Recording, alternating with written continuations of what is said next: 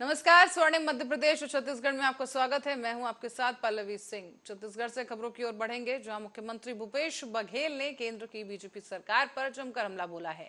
BJP पर हमला बोलते हुए उन्होंने कहा कि जिस तरीके से छत्तीसगढ़ छोटा राज्य है और सबसे अधिक ईडी आईटी के छापे अगर पड़े हैं तो छत्तीसगढ़ में पड़े हैं। इन छापों का मतलब मुझे जो समझ आ रहा है वो ये है कि वो केंद्र सरकार छत्तीसगढ़ की खदानों को अपने मित्रों को देना चाहते हैं। तो उसका कारण यही है कि भाई संख्या बल तो हमारे 71 है। जिस प्रकार से महाराष्ट्र में, मध्य प्रदेश में या दूसरे राज्य में तोड़ने का प्रयास किए, यहाँ तोड़ नहीं सके। लेकिन फिर लगातार जो छापे डल रहे हैं और अभी भी है, उसका कारण मुझे जो समझ आ रहा है वो यही है कि जो उनके मित्र हैं उसको छत्तीसगढ़ के खदानों पर निगाह है, चाहे कोयला का हो चाहे लोहा का, वो सरकार, कांग्रेस सरकार है, वो बीच में है। बीच में होने के कारण से जो कि छत्तीसगढ़ के वन संपदा, छत्तीसगढ़ के प्राकृतिक संपदा और यहाँ के जो खनिज संपदा है, तो उसको सही ढंग से दोहन हो, लेकिन यहाँ का नुकसान भी ना हो। इसको ध्यान में रखते हुए हम लोगों ने जो समय समय पर निर्णय लिया, उससे काफ़ी क्षुब्ध हुए और उसको नुकसान पहुंचा। और मैं समझता हूँ कि ये जो जितने छापा पड़ रहे हैं उसका और लाडली बहना योजना में महिलाओं को अब लाभ मिल सकेगा। 21 से 23 साल की महिलाओं को यह लाभ मिलेगा। मध्य प्रदेश के सीएम शिवराज सिंह चौहान ने लाडली बहनों के लिए यह खास तोहफा उन्होंने सौगात के तौर पर तैयार किया है। बताया जा रहा है कि 22 जुलाई है और जैसे कि उन्होंने ये फैसला लिया था, मुख्यमंत्री लाडली बहना योजना में अब उन बहन बेटियों को भी सम्मिलित किया जाएगा जिनकी आयु यानी जिनकी उम्र जो है वो 21 से लेकर 23 साल के बीच है। और कहा गया कि हमारी वो बहनें भी सम्मिलित होंगी जो 4 व्हीलर के मापदंड के कारण 5 एकड़ से कम जमीन थी, लेकिन ट्रैक्टर होने के कारण वो सम्मिलित नहीं हो पाई थी। इसीलिए हमने तय किया है कि अब 21 से लेकर 23 साल की बेटियां, उन्हें मैं क्यों वंचित रखूं, वो भी मुख्यमंत्री लाडली बहना योजना में शामिल होंगे। 25 जुलाई से 5 यात्राएं प्रारंभ होगी, 5 अलग अलग स्थानों से, और ये सब अलग अलग गांव से, गांव की माटी, नदी का जल लेकर फिर सागर पहुंचेगी। जहां अभी जो तय तिथि है 12 अगस्त, उस दिन संत भगवान रविदास जी के मंदिर के निर्माण का शिलान्यास होगा। देखिए, एक तो उनको झूठ नहीं बोलना चाहिए, शोभा नहीं देता। अब उन्हें कितने झूठ बोले कि 3 साल में 27 नौकरी थी। अब आप लोग गवाह हैं, 55,000 सरकारी नौकरियों में भर्ती में इसी साल कर चुका हूं। अब ये भर्ती होती तो भी कांग्रेस के मित्रों को तकलीफ होती कि भर्ती क्यों हो रहे हैं। कई तरह के सवाल भर्तियों को उठाते रहते हैं। सरकारी नौकरियों में भी भर्ती, स्वरोजगार के माध्यम से भी रोजगार, और अब मुख्यमंत्री सीखो कमाओ योजना आ रही है, जिसमें बच्चे जहां कंपनी में काम सीखेंगे उसके बदले उनको 8,000 रुपया महीना देने की व्यवस्था भी हमने की है। वो पूछते 18 साल में क्या हुआ। मैं बताता हूं, पहले गड्ढों में सड़क थी और सड़क में गड्ढा था, पता नहीं चलता था। 18 साल पहले ढूंढनी पड़ती थी गड्ढों में सड़क को। हमने 4,11,000 किलोमीटर शानदार सड़कें बना के दी। वो जमाना था, अब बिजली आती नहीं थी, कभी कभी आती थी, दर्शन कभी कभार होते थे। 2900 मेगावाट के स्थान पर 28,000 मेगावाट बिजली की सौगात हमने दी। सिंचाई के लिए पानी नहीं था, ना पीने के लिए पानी। हमने लगभग 47 लाख हेक्टेयर जमीन में सिंचाई की व्यवस्था की। मध्य प्रदेश तेजी से आगे बढ़ा।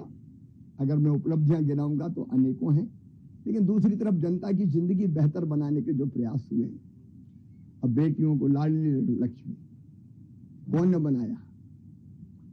हमने बनाया। अगस्त में 10 अगस्त को, क्योंकि हमने तारीख तय रख कर रखी, हर महीने की 10 तारीख को पैसा डालेंगे, तो 10 अगस्त को रीवा से मुख्यमंत्री लाडली बहना योजना की राशि प्रदेश भर के सभी गांव और शहरों के वार्डों में रहने वाली मेरी बहनों के खाते में पैसा डाला जाएगा। और इस बीच में लाडली बहना का रजिस्ट्रेशन कराने का यह अभियान प्रारंभ हो जाएगा। मेरी 21 से 23 साल तक की बहनों और बेटियों को भी मैं बहुत शुभकामनाएं देता हूं। वो सुखी रहें तो मेरी जिंदगी सार्थक हो जाएगी। आज 22 जुलाई है और जैसा कि मैंने ये फैसला किया था कि मुख्यमंत्री लाडली बहना योजना में अब मेरी उन बहनों को भी, बेटियों को भी सम्मिलित करूंगा। आ सकते हैं बेटियां, जिन जो आवेदन भरने वाले उनको बुला लें। तो मैं उन बेटियों को भी सम्मिलित करूंगा जिनकी आयु 21 से लेकर 23 साल की है। और हमारी वो बहनें भी सम्मिलित होंगी 4 व्हीलर के मापदंड के कारण। 5 एकड़ से कम जमीन थी, लेकिन ट्रैक्टर होने के कारण वो सम्मिलित नहीं हो पाई थी। और इसलिए हमने तय किया कि 21 से लेकर 23 साल की बेटियां मेरी, उनको मैं वंचित क्यों रखूं। वो भी मुख्यमंत्री लाडली बहना में शामिल होंगी और उनको भी अभी 1000 रुपया और बाद में जब बढ़ेगा ये।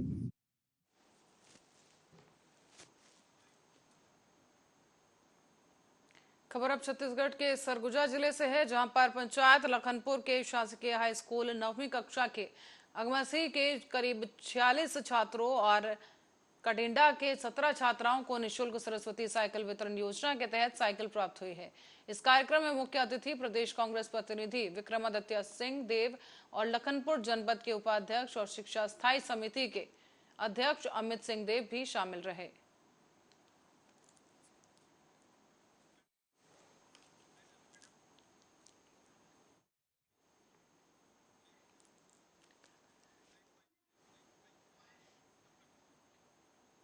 और अब आपको बता दें कि सती मंदिर का विस्थापन को लेकर अब प्रशासन ने एक पहल शुरू कर दी है और लोगों से उनकी राय मांगी है। मंदिर विस्थापन के पक्ष में 90% लोग सामने आए और जिला मनेन्द्रगढ़ में चिरमिरी के बरतुंगा में स्थित सती मंदिर को लेकर विस्थापना का एक प्लान तैयार किया जा रहा है।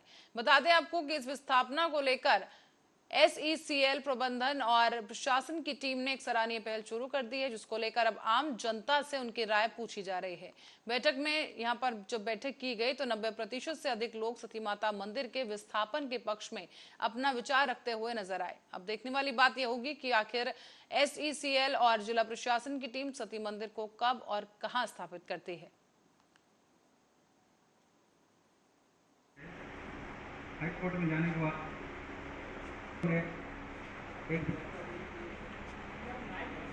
देखिए, आज की जो बैठक रही सती मंदिर के विस्थापन को लेकर के बड़ी सार्थक बैठक रही। इसमें बरतुंगा के लगभग सारे लोग उपस्थित हैं और चूंकि एक राष्ट्र की संपत्ति उस मंदिर के नीचे दबी हुई है और उस कोयले में आग लगी हुई है।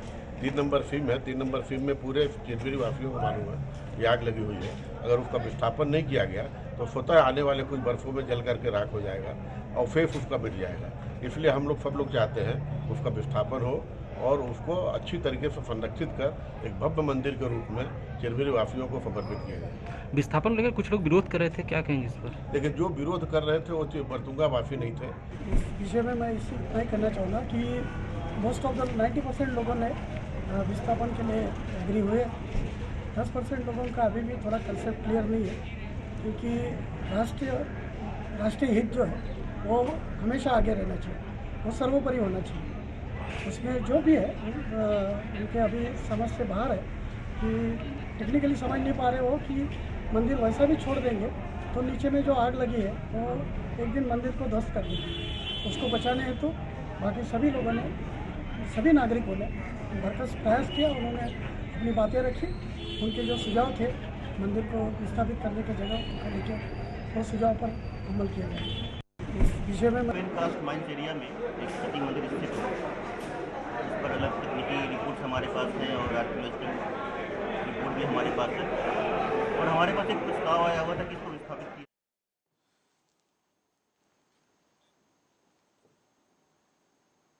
और सरगुजा में युवती की हत्या का खुलासा कर दिया गया। चंद ही घंटों के अंदर आरोपी को गिरफ्तार भी कर लिया गया है। सरगुजा में दरअसल एक युवती की हत्या के मामले में सरगुजा पुलिस को सफलता मिली और पुलिस ने हत्या का जो आरोपी है उसे घटना के चंद घंटों के भीतर ही गिरफ्तार किया है। मिली जानकारी के मुताबिक थाना दरिमा का यह मामला है, जहां पर विशेष पुलिस टीम के द्वारा मामले में त्वरित कार्रवाई की गई और आरोपी को गिरफ्तार कर लिया गया है। मृतका का किसी अन्य युवक से प्रेम संबंध होने की आशंका पर इस आरोपी युवक ने युवती की हत्या कर दी और पास के तालाब में उसके शव को दफन कर दिया गया। रेखा बकला नामक युवती है जो पास ही गांव धनोरा की निवासी है, और उसके बाद जब इसमें हमने फर्दर विवेचना जारी की है तो इसमें पता चला है कि एक युवक है जो बालू कछारी का निवासी है और जिसका नाम बुंदेश्वर राम है। उसके साथ उक्त युवती का जो है प्रेम प्रसंग था और उस दिन भी जिस दिन यह युवती गायब हुई थी उसके साथ वो गई थी। लोग अपने भालू कछार में लेकर उस युवती को अपने खेत की ओर लेकर गया था और वहाँ पर इस बात को लेकर दोनों के बीच विवाद हुआ कि वो युवक ने कहा कि तुम अन्य युवकों से बात करते हो जो मुझे पसंद नहीं है। इस आधार पर हम लोगों के बीच लड़ाई हुआ और बाद में क्रोध में आकर जो युवक है उसके द्वारा उसकी गला दबाकर हत्या कर दी गई और उसके मोबाइल को वहीं पास में नाले में फेंक दिया गया था। अभी जो हमारे पुलिस की टीम है उसके द्वारा हत्या में प्रयुक्त जो जिसके माध्यम से उसमें गला दबाया गया था वो कपड़ा और साथ ही साथ जो मोबाइल है उसे भी बरामद कर लिया गया है। आरोपी को इसमें गिरफ्तार कर लिया गया है। आईपीसी की धारा 302, 201 के तहत अपराध पंजीबद्ध कर लिया गया है और आरोपी को गिरफ्तार कर माननीय न्यायालय के समक्ष प्रस्तुत। और सरगुजा में सांप काटने से एक बच्चे की मौत हो गई है और डॉक्टरों पर इलाज न करने का आरोप लगाया गया। दरअसल परिवार का यह कहना है कि छत्तीसगढ़ में स्वास्थ्य मंत्री टीएस सिंहदेव के विधानसभा क्षेत्र में एक डॉक्टर की लापरवाही के चलते मासूम की जान चली गई।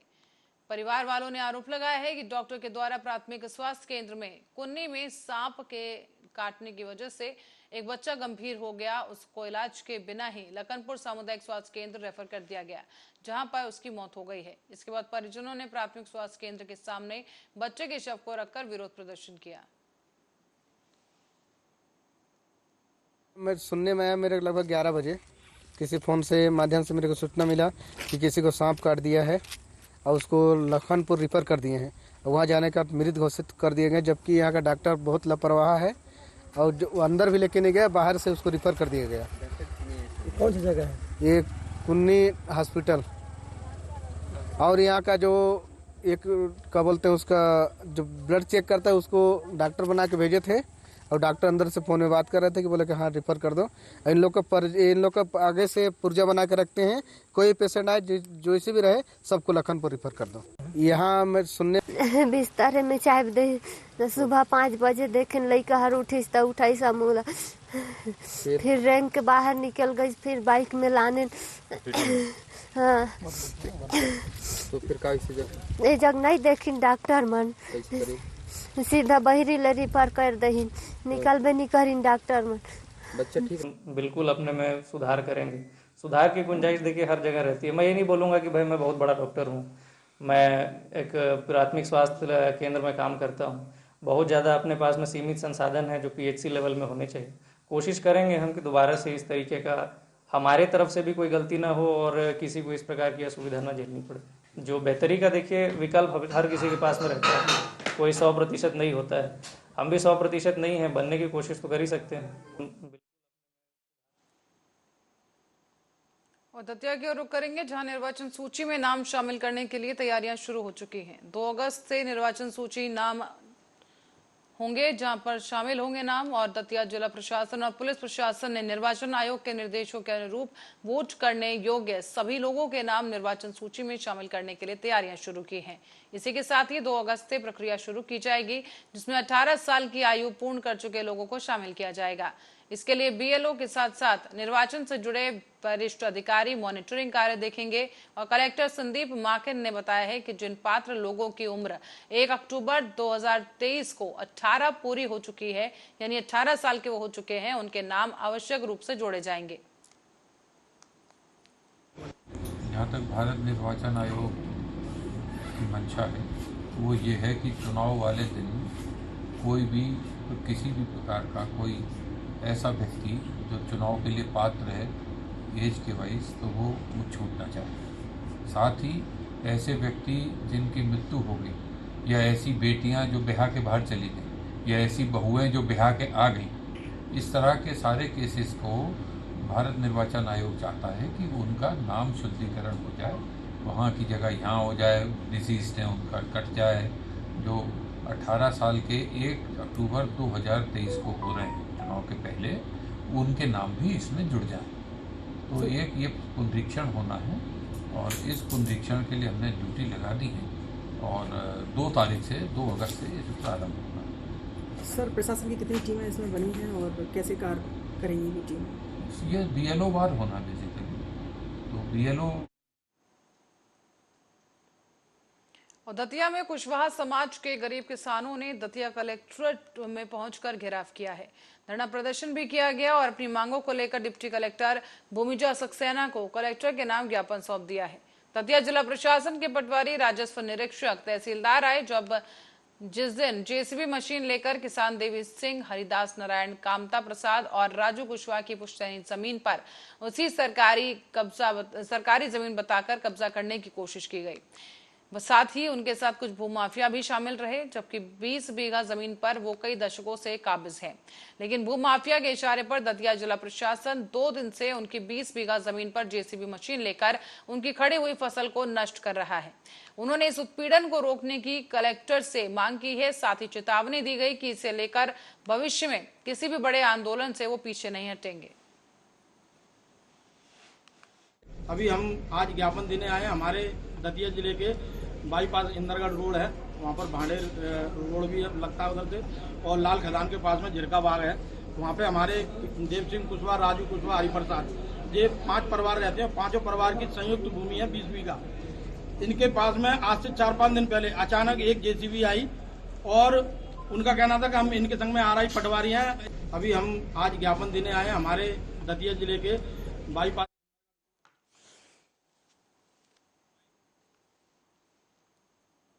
सागर में केशरवानी समाज आंदोलन कर रहा है। पिछड़ा वर्ग को शामिल करने की मांग पर यह आंदोलन छिड़ा हुआ है।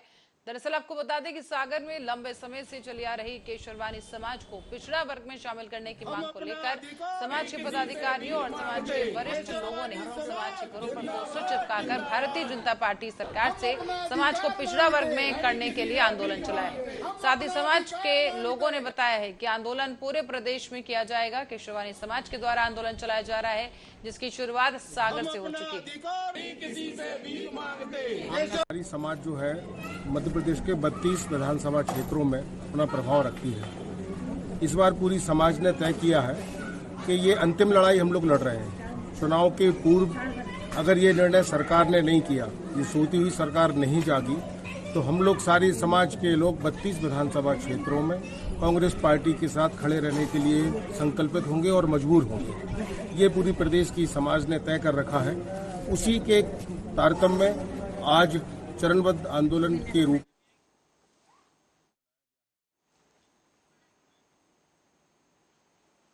दतिया में पार्थिव शिवलिंग निर्माण कथावाचक पंडित प्रदीप मिश्रा कथा करने जा रहे हैं। बता दें कि इसी कथा को लेकर मध्य प्रदेश के दतिया में तैयारियां जोरों शोरों से जारी हैं। प्रसिद्ध कथावाचक पंडित प्रदीप मिश्रा आगामी 9 अगस्त से लेकर 14 अगस्त तक दतिया में कथा करने जा रहे हैं। इस दौरान पार्थिव शिवलिंग के निर्माण में भी लोगों ने हिस्सा लिया। और साथ ही आपको ये बता दें कि जिला कलेक्टर संदीप माकन ने कहा है कि इसके लिए दतिया जिला प्रशासन ने तैयारियां पूरी कर ली हैं। बताया जाता है कि दोपहर 1 बजे तक पार्थिव शिवलिंग का निर्माण किया जाएगा और वहीं दोपहर के बाद कथा का आयोजन किया जाएगा। कलेक्टर माकन का यह भी कहना है कि भारी भरकम भीड़ की संभावना को देखते हुए जिला पुलिस प्रशासन ने 21 पार्किंग स्थल बनाए हैं, जो Shivpuri road, Dinara road, Jhansi road और ग्वालियर से इंदरगढ़ रोड पर स्थापित किए जाएंगे। वहां जरूरी निर्माण कार्य कराए जा रहे हैं। दिनांक 9 अगस्त से लेके और 14 अगस्त तक उक्त दिनों में पंडित प्रदीप मिश्रा जी का कथा कार्यक्रम और मूल कार्यक्रम जो हमारा है वो पार्थिव शिवलिंग निर्माण है, जो कि सुबह 1 बजे तक चला करेगा और उसके उपरांत कथा का वाचन हुआ करेगा।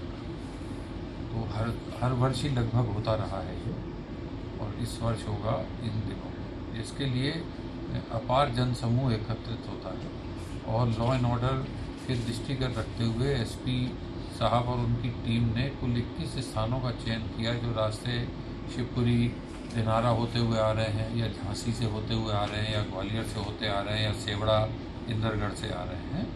उन रास्तों पे अलग अलग स्थानों पे एंटीसिपेशन करके कुल 21 पार्किंग स्थलों का चयन किया गया। दिनांक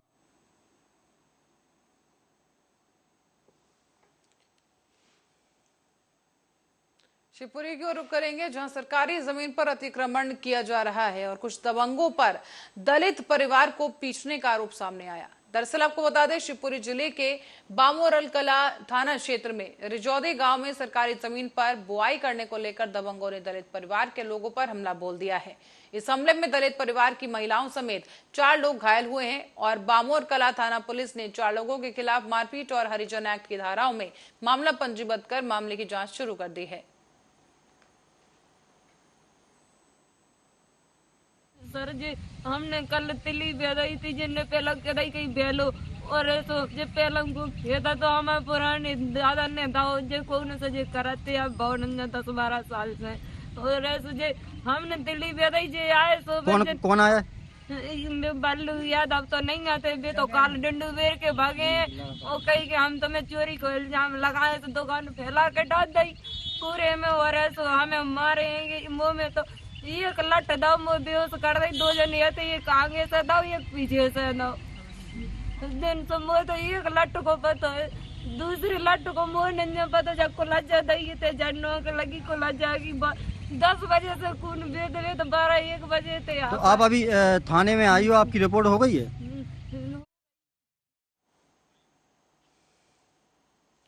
और सीहोर से खबर है, जहां पहली बार नदी उफान पर आई है और पानी में बह गई करोड़ों रुपए से बनी पुलिया। दरअसल आपको बता दें कि सीहोर जिले में नदी में बाढ़ आ गई है और उसकी वजह से करोड़ों रुपए की लागत से बनी एक पुलिया जो है वो पानी में बह गई। यहाँ आपको बताते चलें कि गांव धामंदा का मामला है, जहां पर धामंदा और दुर्गपुरा के बीच में ये पुलिया है।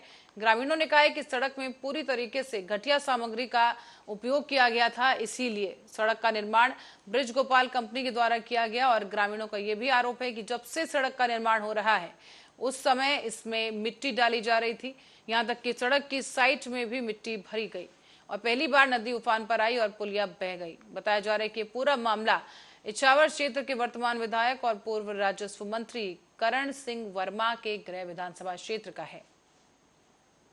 ये बहुत घटिया निर्माण है, सूखे पत्थर पे ऊपर ये थोड़ा सा डम्बर बिखरा दिया और जो पुल लंबे बनने थे 2 पाए और खड़े होने थे, ये इसे 4 पाया भी बना दिया, इसमें कम से कम 6 पाया बनने थे। ये बहुत घटिया निर्माण है। इसमें पैसे बचाए गए और बिल्कुल पैसे बचाए गए, और इसमें अभी देखा भी तो अभी बनी पुलिया ये। हाँ, ये अभी बनी है, ये पहली बारिश भी पूरी नहीं हुई और ये हो गया सर, शुरुआत में गिर गया। शुरुआत में गिर गया। तो लगता है कि बड़े स्तर पे इसमें भ्रष्टाचार हुआ है? हुआ है सर, तो सारे आम में दिख रहे हैं। बस ये कम से कम इसमें 1-2 मजबूती की जाए और जो भी जांच होना चाहिए, दूध का दूध पानी का पानी हो जाए बस। और देवास के धनल गांव से घटना है सामने, आपको बताते चलें कि परेशान हो चुके हैं लोग। खबर देवास से है, जहां इंदौर बैतूल नेशनल हाईवे पर स्थित बिजवाड़ के पास धनतलाव घाट पर शनिवार की सुबह घाट की चढ़ाई चढ़ते समय एक ट्रॉला खराब हो गया। इस वजह से घाट की दोनों ओर इंदौर और कन्नौद की ओर भारी वाहनों की लंबी कतार लग गई। इस दौरान जाम की वजह से 4 पहिया वाहन चालक भी परेशान रहे। गौरतलब है कि इंदौर बैतूल नेशनल हाईवे पर स्थित धनलताव गांव घाट पर आए दिन जाम लग जाता है और जाम लगने की वजह से घंटों वाहन चालक और यात्री बसों में बैठे परेशान होते हैं।